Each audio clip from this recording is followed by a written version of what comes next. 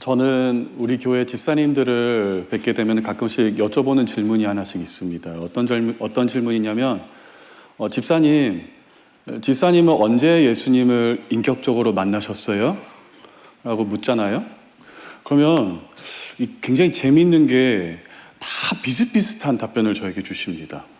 목사님, 저는 청소년 시기 때 청소년부 수련회에서 기도하다가 예수님을 인격적으로 만났습니다 라는 답변을 주시거든요.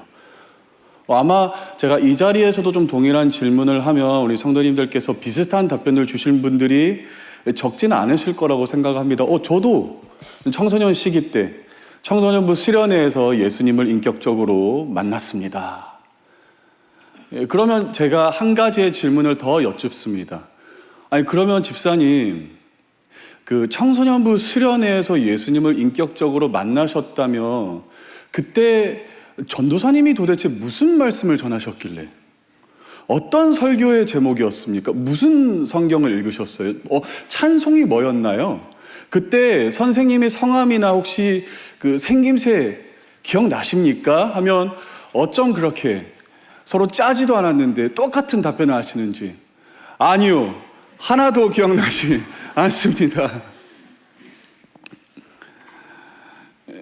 그런데 이어서 저에게 어떤 말씀을 하시냐면, 근데 목사님, 그때 제가 참 뜨겁게 기도했는데, 뭘 위해서 그렇게 기도했는지는 모르겠지만 그 어린 마음에 콧물을 쏟아가면서 기도했던 기억이 아직 남아 있습니다. 그 선생님의 얼굴이나 성함은 하나도 기억이 나지 않지만 그래도 그 선생님이 저 참 좋아해 주셨는데, 그 선생님이 저 위해서 기도해 주실 때 눈물을 흘리면서 기도해 주었던 기억은 아직 저에게 남아 있습니다. 여러분, 이 기억이라는 게 무엇일까요? 어떤 기억들은 우리의 삶 가운데 그냥 정보로 처리가 돼서 잊지 아니하도록 수치로 남는 경우도 있겠지만, 우리가 삶을 좀 살펴보면 어떤 기억들은 우리 가슴에 새겨지고 흔적을 남기는 기억들이 있더라는 거예요. 그리고 그 흔적들이 우리의 삶 가운데 남을 때 우리의 삶을 규정하기 시작하고 우리의 삶 가운데 막대한 영향력을 미치기 시작하는데, 마치 그 십몇 년 전, 몇십 년 전에 있었던 청소년부 수련회 때의 기억이 오늘날 여전히 우리에게 영향력을 미치는 것처럼 살다 보면 그런 기억들이 우리의 삶 가운데 있더라는 것입니다. 우리는 지난 한 주간 예수님의 고난을 기억하면서 고난 주간을 보냈고요. 그리고 오늘은 예수님의 부활을 기념하기 위하여서 우리가 이 자리 가운데 모여 예배하면서 주님, 부활하신 주님을 우리가 기억하기를 원합니다. 주님의 그 부활 능력을 우리가 기억하기를 원합니다 라고 고백할 때 우리는 부활의 무엇을 기억해야 하는 사람들일까요? 그냥 이 부활이라는 것을 역사적인 사건으로만 인지하는 것이 아니라 이 사건이 우리의 삶 가운데 흔적을 남겨 우리의 삶을 규정하기 시작하고 우리의 삶 가운데 막대한 영향력이 미치기를 소망한다라고 한다면, 오늘 우리는 부활의 무엇을 기억해야 하는 것이며 부활을 어떻게 기억해야 하는 것일까요? 오늘 우리가 좀 그것을 좀 살펴봤으면 좋겠는데, 혹시 성도님들께서는 이 부활이라는 것을 혹시 좀 생각해 본 적 있으십니까? 우리도 죽고 나면은 예수님과 함께 그 부활에 동참하게 될 것인데, 훗날 우리가 부활할 때의 모습이 어떤 모습일지 혹시 상상해 본 적 있으세요? 부활하게 되면은 나의 모습은 어떠한 모습일까? 저는 상상해 본 적이 있습니다. 그리고 제가 오늘 좀 여러분 앞에서 부끄러운 이야기를, 좀 창피한 이야기를 해야 되기 때문에 어디 가서 절대 이야기하시면 안 됩니다.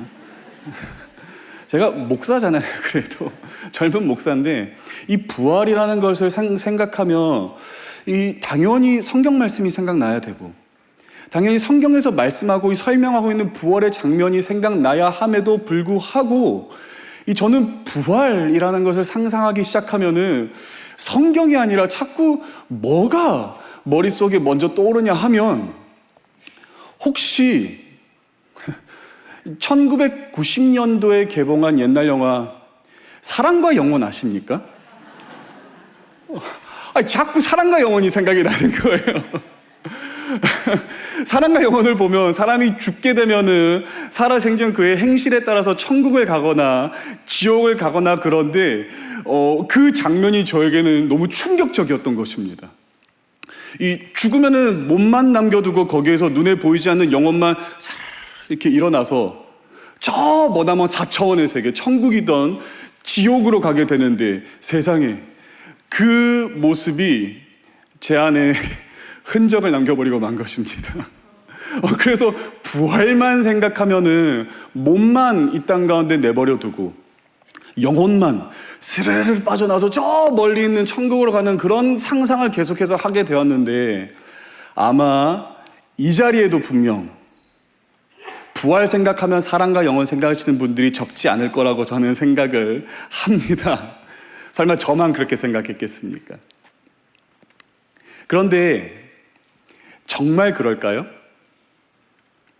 정말 성경에서 말씀하고 있는 이 부활의 모습은 우리의 몸만 이 땅 가운데 내버려 두고 영혼이 그 몸에서 나와서 고통과 고난으로 가득한 이 세상아 드디어 안녕이다, 다시는 만나지 말자 하며 탈출하는 그런 이야기를 성경에서는 이야기하고 있습니까?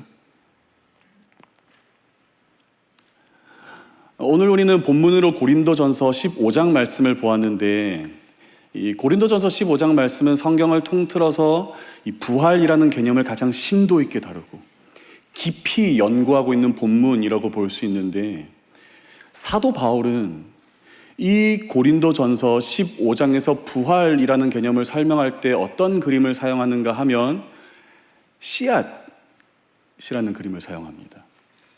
우리가 말씀을 좀 봤으면 좋겠는데 제가 한번 읽어보도록 하겠습니다. 고린도전서 15장 36절에서 38절. 어리석은 자여, 내가 뿌리는 씨가 죽지 않으면 살아나지 못하겠고 또 내가 뿌리는 것은 장래의 형체를 뿌리는 것이 아니오 다만 밀이나 다른 것의 알맹이뿐이로되 하나님이 그 뜻대로 그에게 형체를 주시되 각 종자에게 그 형체를 주시느니라. 아멘. 바울은 부활을 기대하고 고대하고 있는 모든 성도들을 씨앗이라고 부르거든요. 너희는 다 씨앗이야 라고 하는데 오늘 우리가 좀 이 씨앗이라는 그림을 좀 더 살펴봤으면 좋겠습니다. 여러분, 농부가 씨앗을 심을 때 어떤 심정으로 씨앗을 심을까요? 그 땡볕 아래서 땀을 뻘뻘 흘리며 그 한 알 한 알 소중한 그 씨앗을 어떤 마음으로 무슨 생각을 하면서 그 땅 가운데 심을까요?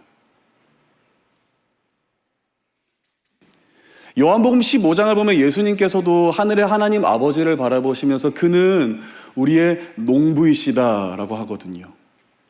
그럼 농부이신 우리 하나님 아버지께서는 오늘 부활을 기대하는 우리들을 바라보며 왜 너희는 씨앗이야 라고 말씀하셨던 것이며 농부이신 우리 하나님 아버지는 도대체 어떤 마음으로 어떤 심정으로 씨앗인 우리를 이 땅 가운데 심는 것일까요? 여러분, 씨앗은 땅을 절대 탈출하지 않습니다. 세상에 그 어디를 찾아봐도 씨앗이 그 땅에 심겨질 때 자기가 심겨진 그 땅에 마음에 안 든다고 해서 그 자리를 정리하고 나 다른 데 가야지 라는 씨앗이 세상에 어디에 있습니까?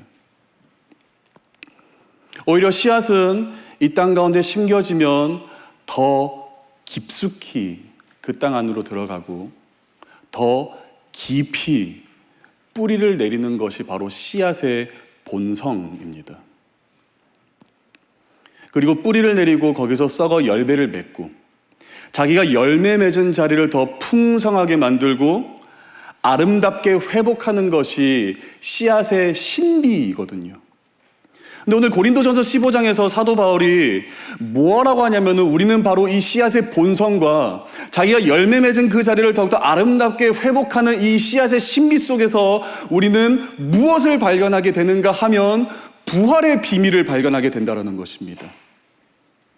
부활을 이 씨앗의 본성과 열매 맺는 그 자리를 더욱더 아름답게 만드는 씨앗의 신비에서 발견하게 된다는 거예요. 즉 부활이라는 것은 절대 탈출이 될 수 없습니다. 여러분, 이 세상을 떠날 생각만 하고 계셨습니까? 죄송하지만 부활은 이 세상을 등지는 이야기가 아닙니다.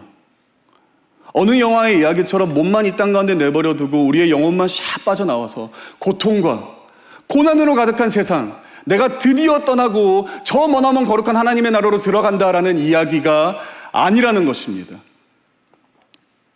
오히려 성경에서 말씀하고 있는 이 부활의 참된 이야기는 마치 씨앗처럼 이 땅에 심겨지고 열매 맺어 그 열매 맺은 자리를 더욱더 아름답게 회복하고 풍성하게 하듯 오늘 하나님께서는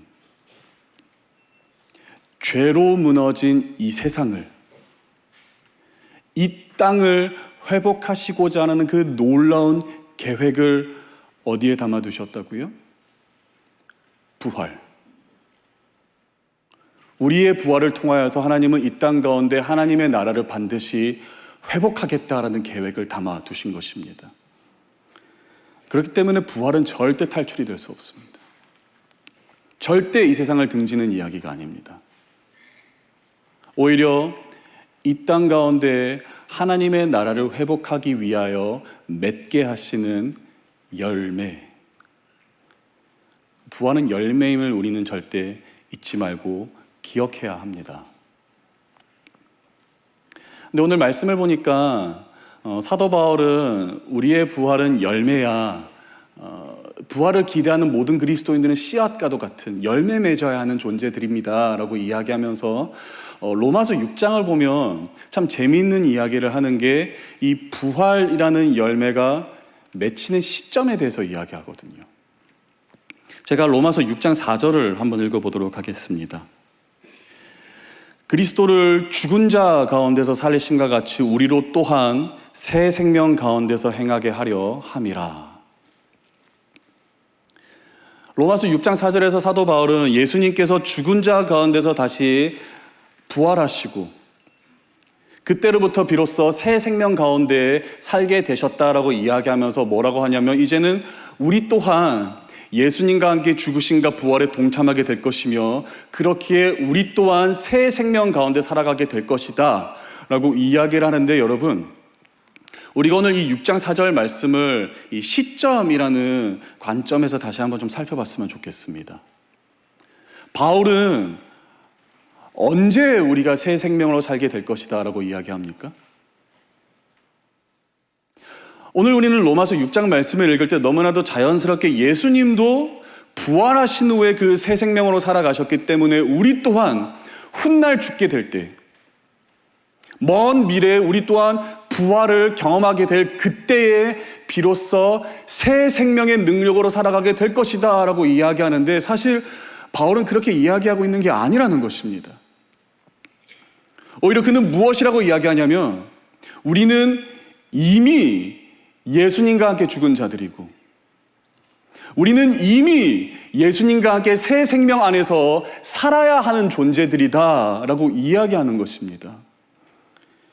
여러분, 이 시점의 차이가 이해가 가십니까? 먼 훗날 우리가 부활할 때 그때의 새 생명으로 살아가게 될 것이다가 아니라 오늘 우리는 이미 예수님과 함께 죽고 부활을 경험한 자들이기 때문에 오늘 그리고 이미 우리는 그 새 생명 안에서 살아가야 하는 사람들임을 바울은 가르치고 있는 것입니다. 이게 무슨 말인가 하면 세상이 오늘날 우리를 바라볼 때 무엇을 볼 수 있어야 할까요? 세상이 오늘 저를 바라볼 때 무엇을 볼 수 있어야 하냐면 옛 모습의 조현우를 보는 것이 아니라 이제는 옛 모습의 조현우는 그리스도와 함께 십자가에 못 박아 죽어버렸고 새 생명의 능력으로 살아가는 조현우를 볼 수 있어야 한다는 것입니다. 오늘날 세상이 여러분을 바라보기 시작할 때, 오늘날 세상이 교회를 바라보기 시작할 때 무엇을 볼 수 있어야 하는 것일까요? 옛 모습으로 살아가는 여러분의 모습을 보는 것이 아니라 이제 그 모습은 그리스도와 함께 죽었으니 새 생명으로 살아가는 여러분의 모습을, 교회의 모습을 세상은 볼 수 있어야 하는 것이다 라고 사도 바울은 이야기하고 있는 것인데, 우리의 지난 한 주간을 좀 돌아봤으면 좋겠습니다. 어떻게 새 생명의 능력으로 잘 사셨습니까? 아니면 우리의 가정, 배우자, 자녀들, 직장 동료들, 세상이 우리를 바라볼 때 여전히 옛 모습으로 살아가는 우리의 모습, 야, 저 사람 덜 죽었어? 팔팔 살아있어? 혹시 그런 모습으로 살지는 않았습니까?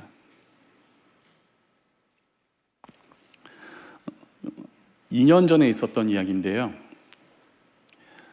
저는 그 교회에서 서울고와 소통을 담당하고 있습니다. 그래서 이 교회와 이 서울고 실무를 담당하는 서울고 행정실의 행정부장님과 많이 전화도 하고 만나기도 하는데, 이분이 어느 날 저한테 전화가 와서 여러 가지 업무 이야기를 하고 한참을 통화하다가 전화를 끊으려고 하는데 갑자기 저한테 질문을 하나 하더라고요. 목사님, 제가 사적인 질문 하나 해도 되겠습니까?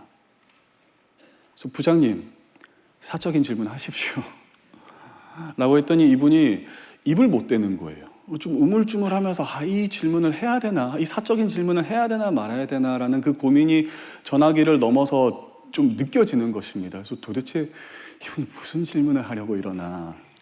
근데 갑자기 이분이 용기를 내어서 입을 떼며 저에게 물었던 질문이 뭐였는가 하면, 목사님, 높은 뜻 푸른 교회는 내년에 서울고 재임대 계약을 못하면 혹시 대안이 있으십니까? 제가 그 말을 듣는데 심장이 입 밖으로 튀어나오는 줄 알았습니다.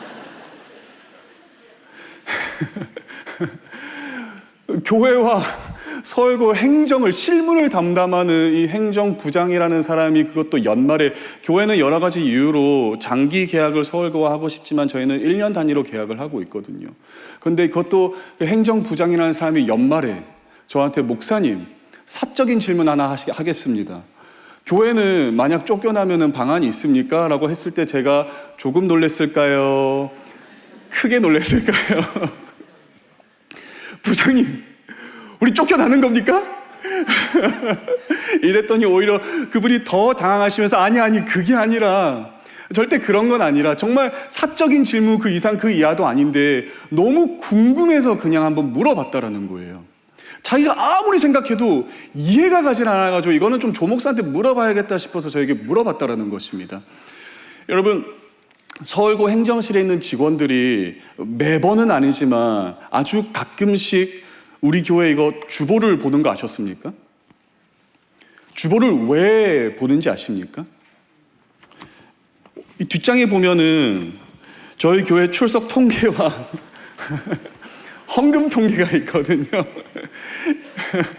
뭐 다른 의미로 보는 게 아니라 이걸 보면서 교회 지금 재정 상황이 이렇구나, 교세가 이 정도구나 이거를 파악하려고 보는데, 이거를 볼 때마다 오히려 행정 직원들이 더 좀 헷갈려 하더라는 거예요.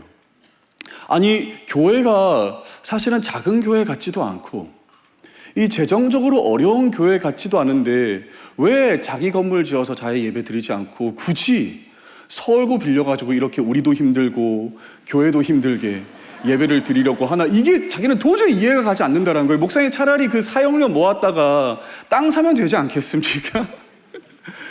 소위 왜 좁은 문, 성경의 표현을 빌려 사용하죠. 좁은 문, 좁은 길을 지나가려고 자처를 하십니까? 그거를 그날 저에게 물었던 것입니다. 근데 제가 그날 그 행정부장님의 그 사적인 질문을 듣는데 제 안에서 어떤 생각이 들기 시작했냐면, 이거 기회다 싶은 거예요. 그래서 제가, 부장님, 저한테 한 10분만 줄 수 있겠습니까? 10분만 주신다면 제가 어디 한번 기똥차게 잘 한번 설명해 보겠습니다 했더니 오히려 자기가 받아는 바라고 좀 가르쳐 달라고. 그래서 좀 그 짧은 10분을 통하여서 우리 높은 뜻이 무엇인지, 우리는 보이지 않는 성전을 지으려고 하는데 그게 무슨 뜻인지를 좀 설명을 드렸거든요. 부장님, 알다시피 우리 교회가 돈이 없는 교회는 사실 아닙니다. 솔직하게 말해서 우리 교회가 작은 교회도 아니고 마음만 먹으면은 왜 땅 못 사겠습니까? 왜 교회 건물 못 세우겠습니까? 그런데 우리 교회 성도님들은 그렇게 살지 않기로 결정하셨습니다. 우리가 충분히 그 돈 써서, 큰 돈 써서 교회 세울 수 있겠지만 차라리 그 돈으로 우리 교회 세워서 우리만 등 따시고 배부르고 행복하게 예배드리는 그런 교회 말고 차라리 그 돈으로 서울교회에 지원해서 학생들도 행복하게 교육 잘 받고 선생님들도 행복하게 교육 잘 하실 수 있도록 좀 상생하는, 좀 협업할 수 있는 교회 만들어 보자. 그게 옳은 일 아니겠냐라고 우리 성도님들은 생각하셨습니다. 근데 그 옳은 길을 선택하기 위해서 좁은 길 지나야 간다? 부장님, 교회가 그 좁은 길 지나가야 되지 않겠습니까? 라고 제가 10분을 한참을 이야기했더니 이분이 아무 말도 안 하시고 들으시더라고요. 한참을 쭉 듣다가 저에게 마지막에 뭐라고 하셨냐면, 교회가 참 훌륭하네요. 그리고 끊었습니다. 여러분, 제가 그 행정 직원들이 있는 행정실에 들어갈 때마다 제가 좀 어떤 마음을 가지고 그 사무실에 들어가는지 아십니까? 저는 나름 이 선교사의 마음을 가지고 들어가거든요. 그 가운데도 분명히 예수님 모르는 사람들도 있을 것이기 때문에 그분들이 유일하게 예수님 볼 수 있는 기회, 유일하게 좀 교회를 경험할 수 있는 기회가 내가 마지막일 수도 있다라고 생각을 하여서 좀 제 모습을 통하여서, 제 말을 통하여서 예수님의 향기가 나타날 수 있도록 제가 항상 좀 선교사의 마음을 가지고 그 행정실에 들어가는데, 한 가지 아쉬웠던 것은 그래도 제가 교회 대표 좀 격을 띈 목사인데 항상 가서 돈 얘기만 하다 나오고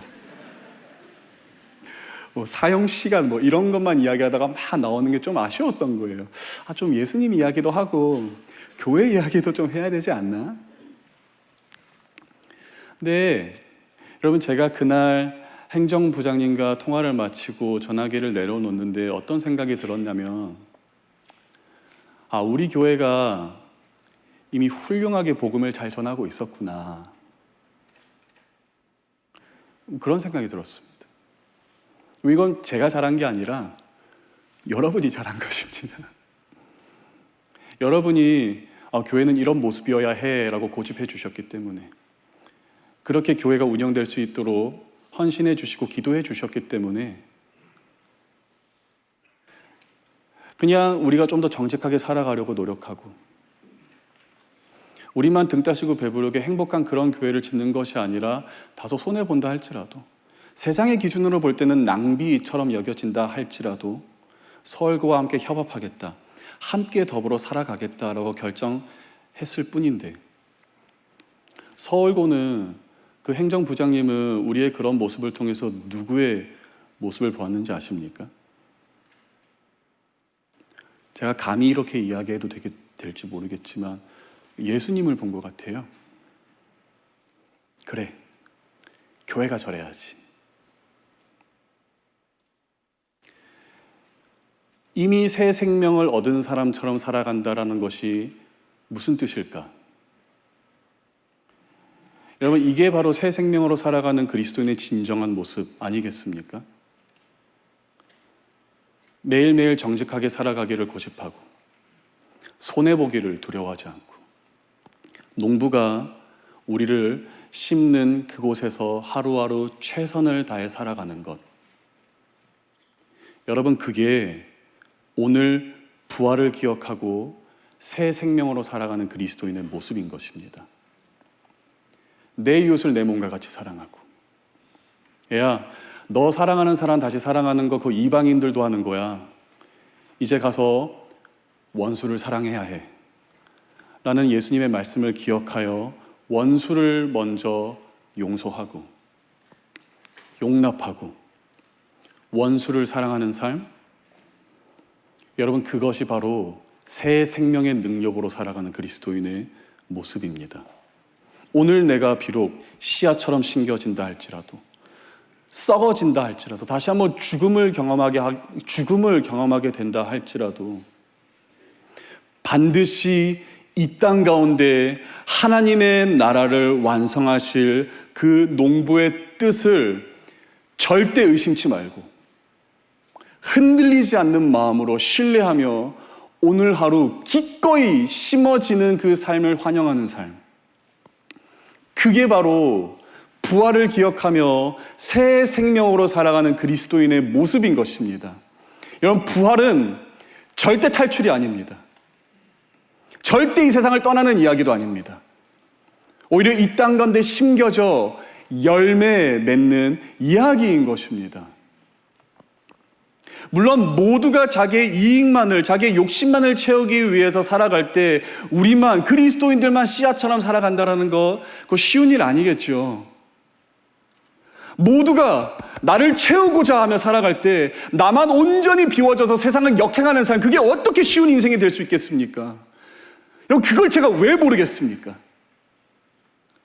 그런데 여러분, 오늘 제가 우리는 씨앗처럼 살아야 됩니다라고 말씀을 드릴 때 혹시라도 그렇기 때문에 그리스도인은 금욕적인 삶을 살아야 돼, 우리의 원함을 지나치게 절제하고 억제하는 삶을 살아야 돼라고 이해하셨다면 죄송하지만 그 오해입니다.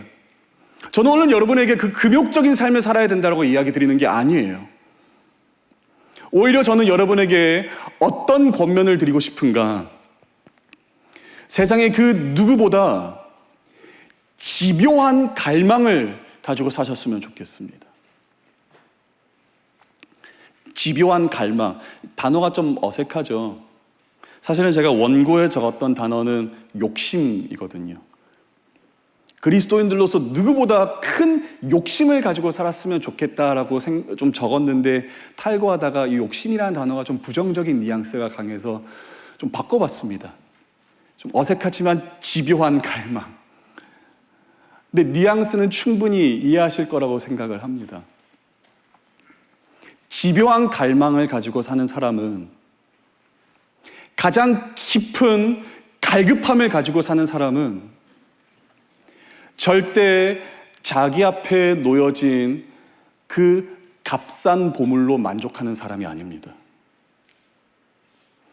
오히려 그 사람은 당장 자기 앞에 놓여진 값싼 보물을 포기할지언정 자기 인생에 반드시 주어질 그 가장 값진 보물을 위하여서 오늘을 참고 인내할 수 있는 사람입니다.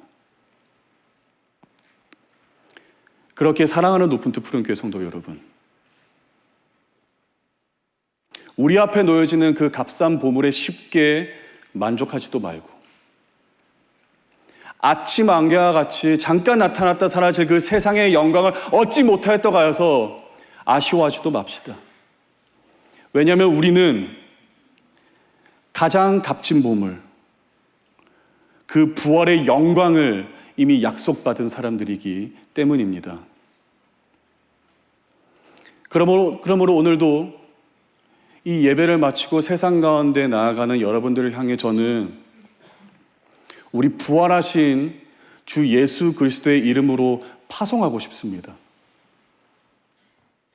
여러분, 이번 한 주간도 세상으로 나아가서 부활의 능력으로 사십시오.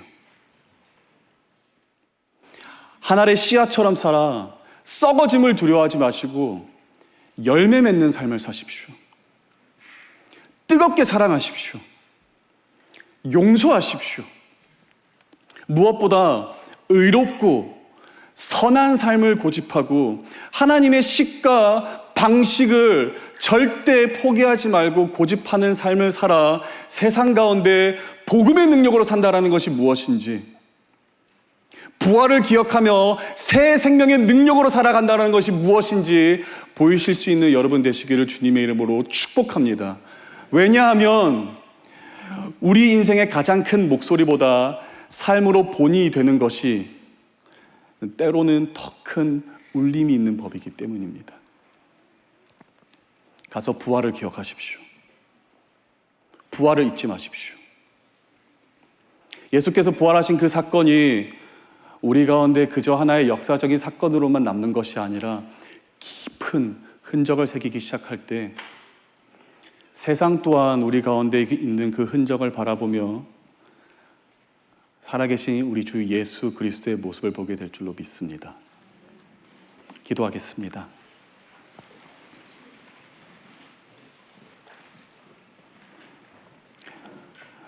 우리를 위하여서 부활을 허락하시고 부활의 열매를 맺게 하신 하나님, 이제 한 주간도 우리가 부활을 기억하며 살아가는 그리스도인들 되도록 하여 주시옵소서.